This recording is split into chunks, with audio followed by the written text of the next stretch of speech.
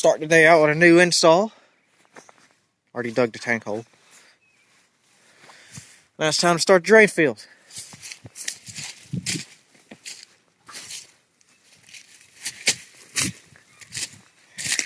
It's going to be a basic gravity chamber system. Down in the trees.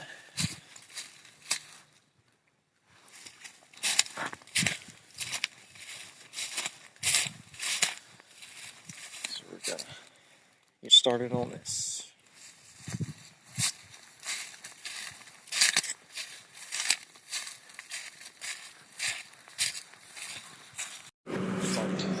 So right here, all you can see is this is just sitting in a tank.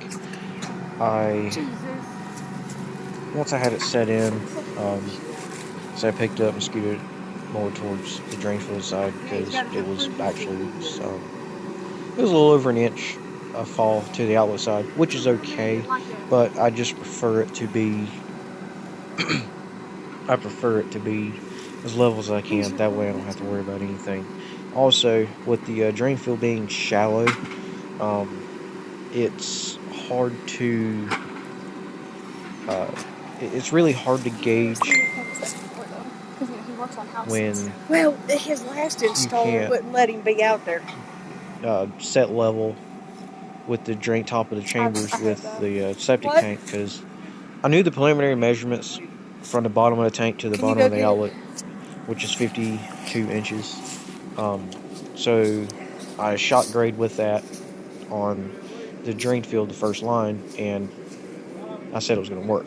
So the reason why I can't raise the tank up any higher, because fall from the house. So at that distance from the house to the tank, you have to have, by plumbing code, they have to follow, set of rules on fall with that. So I had 4 inches of fall between the house pipe to the septic tank inlet. So with that being the case, I didn't feel comfortable raising the tank anymore than I needed to. So what I was doing there, before I picked it up and moved it over, I had my helpers get the laser so I can shoot the outlet to the top of the ending cap, and that pretty much final set. That's where I wanted the tank to be, and I have actually had 1 inch of fall. It's actually no, it was about an inch and a half. So once I got all that set and done, I wrapped up with the tank, and then we just moved on from there. She's gonna get the laser.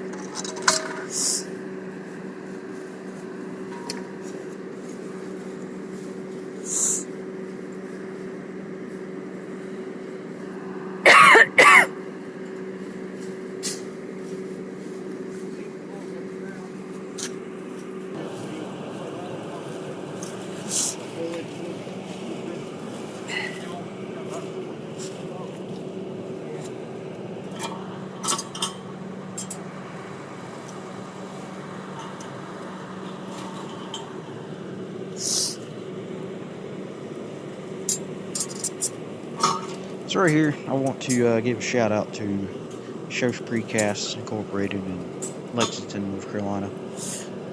All their drivers are very respectful. They don't show any. They show care. They don't show any disrespect or bad mouthing or anything. They're always respectful. They do honest work, and they always most of them do check sometimes and ask, do you got fall from the house or either fall to the drain field? So again, I just want to throw a shout out there to them. Well, it's the next morning. Go finish up this install, and I gotta put fuel in this thing. I'm pulling up over here now in my tank. I'm gonna fill the truck up.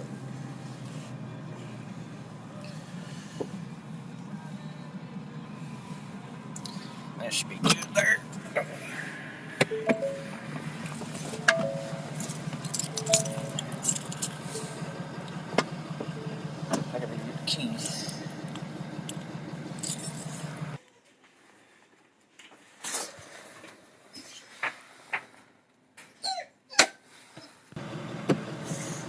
So, let's see, 131.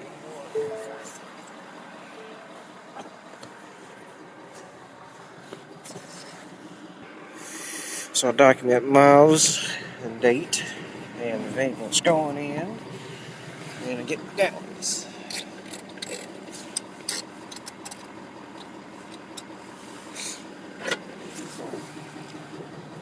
I put it in there with a cap on it. Okay.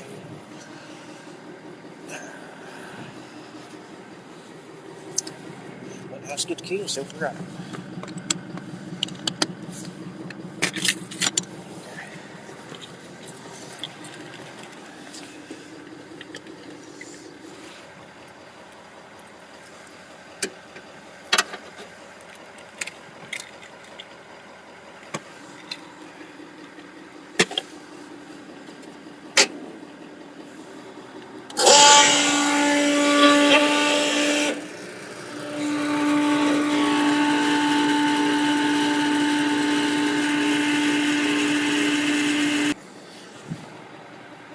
31 gallons later, and the truck is full. Right now, my gallons.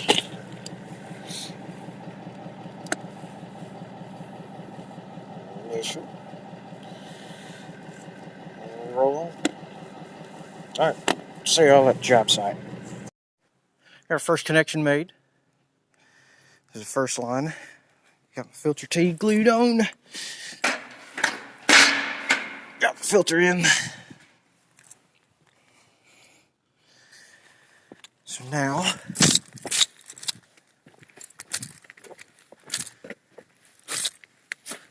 first line is going to drop down and feed the second line this end. I'm going to feed the third line with the second on this end.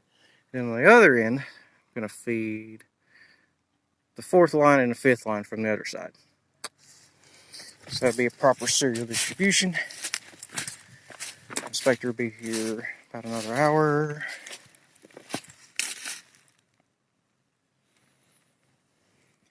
And I still have 40 more feet to install. It's going to be interesting where I'm going to put it. I know I don't have any digging footage of the trenches. I'll have some later in the video. But this clip here, like I said, I had my daughter out there helping me. So I just had her just hold my phone. I didn't have my GoPro. If I would have had my GoPro, I probably would have filmed the entire situation. But I didn't. So I had to use my phone bits and pieces as I thought about it. Because a few times I did forget. I was like, oh crap, I should have made a video of that. But like I said, there will be some later on as far as me digging and installing the chambers. Right here, just clearing out a few trees and scratching the connection ditches between the upper two lines.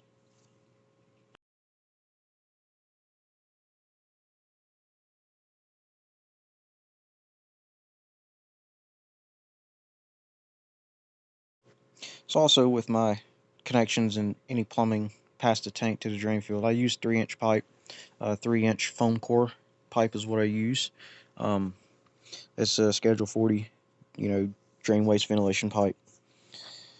I don't use 4-inch coming out because realistically it just costs more and there's no advantage to it because you get maybe 1 or 2 drops out of one toilet flush if the tank is operating correctly and once the water gets to the drain field. I have actually tested that out in the field with previous jobs, and yes, that is true. You get 1 or 2, 3. Well, you actually get 4 or 5 drops of water with one toilet flush. And each of these chambers, these are the standard chambers, the 12-inch height, 3 foot wide, 4 foot long per panel. Infiltrator specs on them, it's 68 gallons. I think it's 68 gallons per chamber of storage capacity. So, like I say, you see here just preliminary measure, and now I just cut it to the length I need, and just drill a hole on either end of the end caps, and just push the pipe in. I had a little issues with this pipe going in because it was morning. There was still dew on the pipe, so I couldn't twist it and push into the lower end cap. So I had to improvise with that, but I made a successful connection with that. So.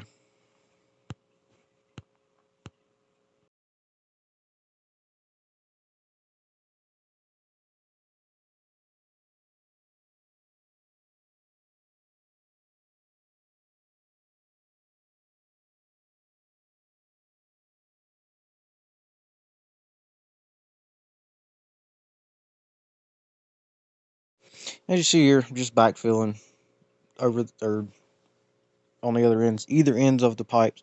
That way it doesn't move or anything when I go to final backfill with the machine. And the end caps, yeah, you're supposed to backfill with soil. That way they don't move either, because they're very light and small compared to actual full panel of chamber. So that's all I was doing there.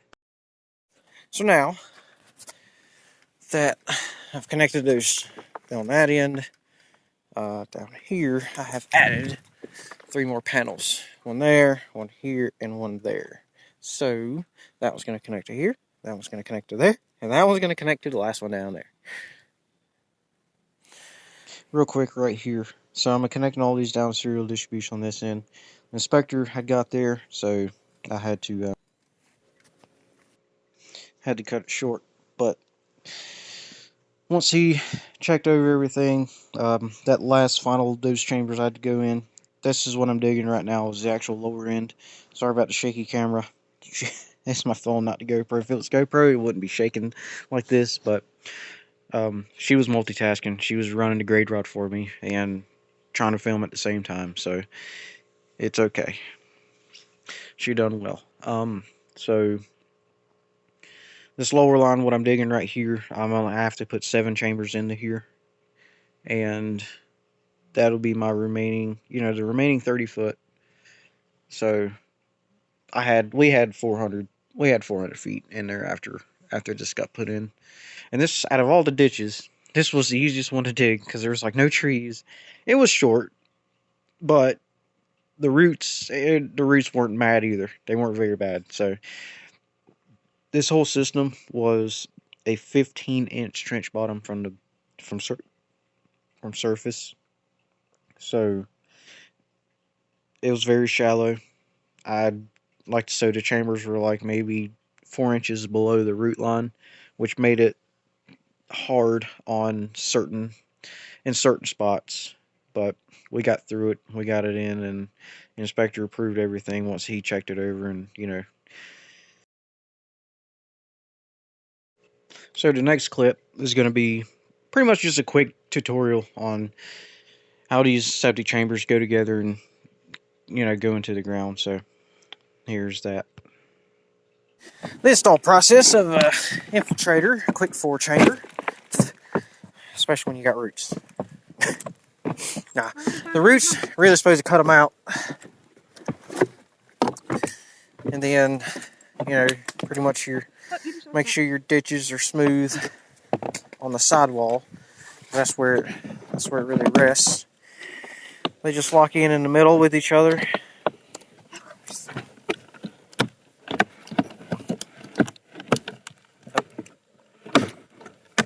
There you go, down. That's it. Just lay them in and make sure they're level.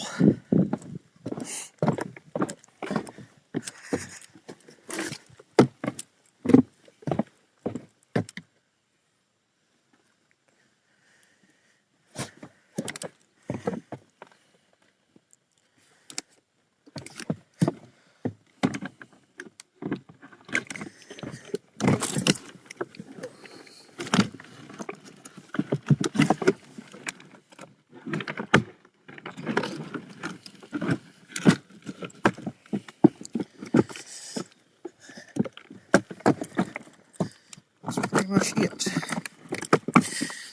I know some installers hate these things. They prefer gravel.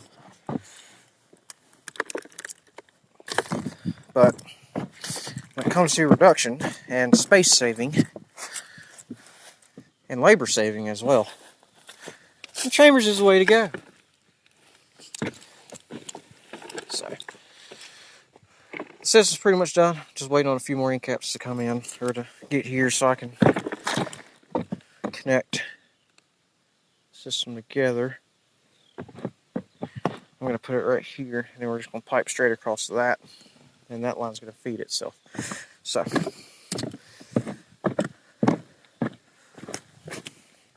inspector's already been here.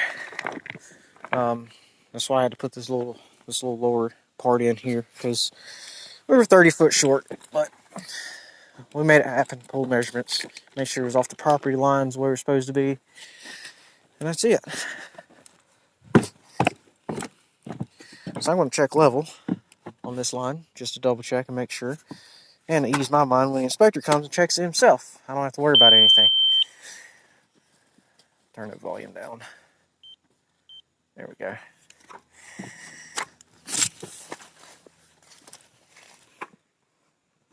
On the inside of these chambers as well, they're not just an open dome. They do have supports in the middle. These are infiltrator quick fours, standard quick fours. You have to be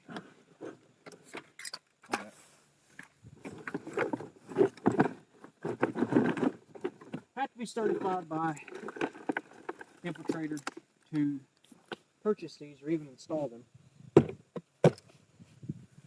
I got my certification in installer school because these things are the way of the Piedmont region, North Carolina now.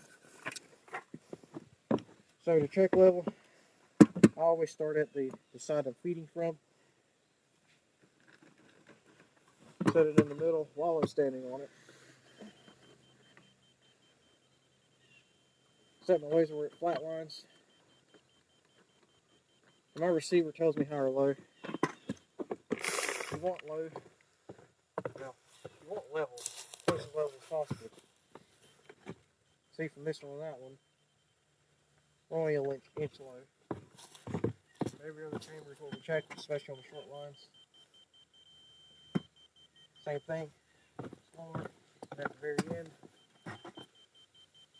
only ½ inch low. But there's variations because of roots and the way the soil is. It's not great soil. So, either way, we're not high in any spots. Everywhere's low or lower than your feeding side. So if I would have checked it from the second chamber and come back, it would have been okay. So we're still within an inch. And that's pretty much it. This wraps up a Infiltrator Quick 4 septic system.